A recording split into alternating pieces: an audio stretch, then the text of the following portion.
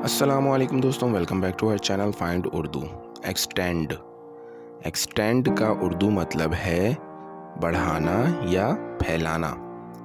Extend word किसी चीज़ को लंबा करने, ज़्यादा वक्त देने या किसी एरिया को फैलाने को डिस्क्राइब करता है। ये वर्ड फिज़िकल जैसे एक्सटेंड अ रोड या एब्स्ट्रैक्ट जैसे एक्सटेंड एन ऑफर कॉन्टेक्ट्स में इस्तेमाल होता है। They decided to extend the deadline.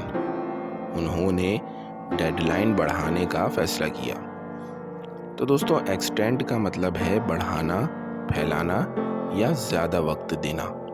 उम्मीद है अब आपको एक्सटेंड का मतलब समझ में आ गया होगा। मिलते हैं नेक्स्ट वीडियो में। शुक्रिया।